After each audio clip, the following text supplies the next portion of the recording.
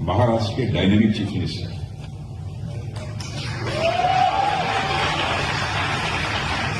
Not only dynamic but doer chief minister श्रीमान एकनाथ शिंदे और हमारे गवर्नमेंट ऑफ महाराष्ट्र के सीनियर मिनिस्टर श्री सुधीर मुनगंटीवार जी, डॉक्टर मैं नहीं आता, श्रीकांत शिंदे का नाम लिखा, हमारे कभी ही नहीं है। मैं मानता हूं कि इसे ऐसा नौजवान जो कि भारत में नौजवानों की दिल की धड़कन है, ऐसे हमारे कुमार विश्वास,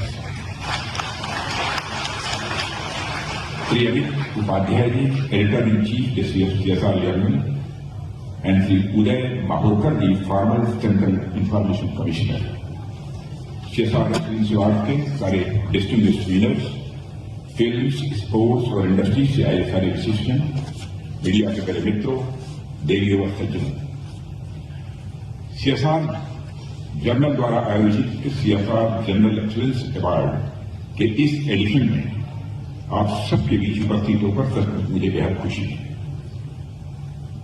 कार्यक्रम का यह स्वरूप होगा इसकी मुझे कल्पना नहीं थी, लेकिन आज जिन लोगों को अवार्ड मिले, सारे अवार्डी जितने हैं वो सभी समाज को किसी न किसी तरीके से वो कंट्रीब्यूट करने वाले लोग हैं। इनमें सारे अवार्डीज को अपनी तरफ से मैं हार्दिक बधाई देता हूं। यह अवार्ड जिन इंडिविजुअल्स और इंस्टीट्यूशंस को मिल रहा है, मैं उन इंस्टीट्यूशंस को भी अपनी तरफ से कॉन्ग्रेचुलेट करता हूं और मैं ऑर्गेनाइजर को धन्यवाद देता हूं जो आप सबने मुझे यहां पर अपने बीच आमंत्रित किया है। साथियों, मैंने अभी 10 दिन पहले CSR से रिलेटेड एक प्रोग्राम में मैंने शिरकत की थी और उस प्रोग्राम में मैंने अपने विचारों को रखते हुए कहा था और मैंने मेंशन किया था उसमें कि कारपोरेट सोशल रिस्पांसिबिलिटी यानी CSR किसी प्रकार कारपोरेट के द्वारा लीगली मैंडेटेड टैक्स देने से बिल्कुल अलग है। आप लोग पर्सनल इनकम टैक्स देते हैं, कारपोरेट टैक्स देते हैं, GST देते हैं, अपने वर्कर्स को आप सैलरी देते हैं, अपने शेयर होल्डर्स को आप डिविडेंड देते हैं, साथ ही साथ आप देश की इकोनॉमी को चलाने में बहुत ही इंपॉर्टेंट रोल भी प्ले करते हैं। जब आप कभी अपनी सारी लीगल रिस्पांसिबिलिटी फुलफिल करते ही हैं तो फिर आखिर अलग से सिटीजन और कारपोरेट सोशल रिस्पांसिबिलिटी की क्या जरूरत आ गई।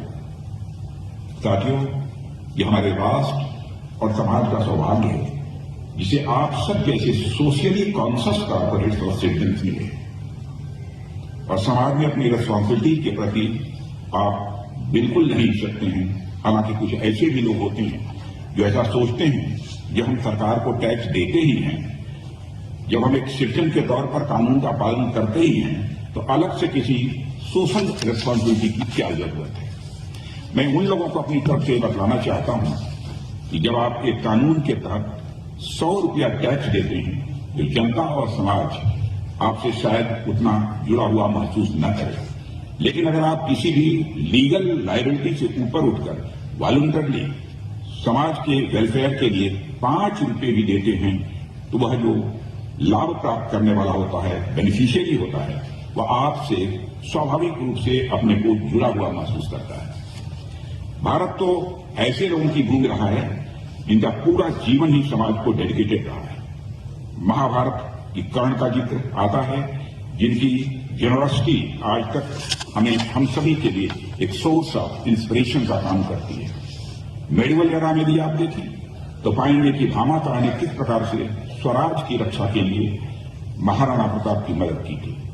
ठीक उसी प्रकार जब हम भारत की मॉडर्न हिस्ट्री देखते हैं तो हम पाते हैं कि किस प्रकार से जमनलाल बजाज और घनश्याम दास बिरला जैसे भारत के प्रोमिनेंट इंडस्ट्रियलिस्ट ने भारत के फ्रीडम स्ट्रगल में अपना कंट्रीब्यूशन दिया था। वर्तमान समय में हम अपने आसपास देख सकते हैं कि किस प्रकार अजीम प्रेमजी और शिव नाडार जैसे बड़े बड़े इंडस्ट्रियलिस्ट अपने कानूनी दायरे से कहीं ऊपर उठकर अपनी संपत्ति का अच्छा खासा हिस्सा समाज के अपलिफ्टमेंट में वो लगा रहे हैं।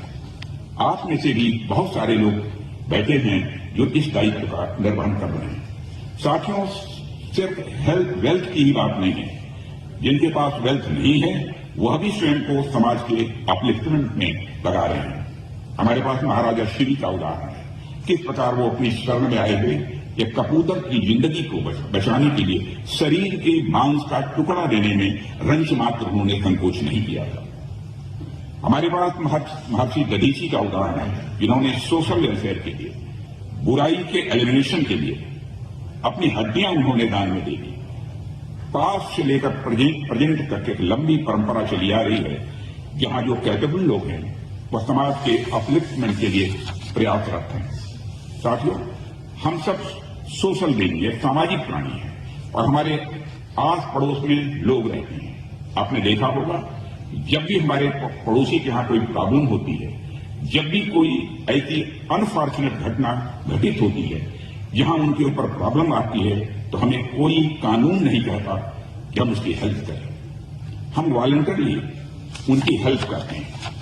साथियों, सिर्फ पड़ोसी ही नहीं बल्कि स्ट्रेंजर्स यानी कोई अजनबी के साथ भी हमारी आत्मीयता जुड़ी होती है।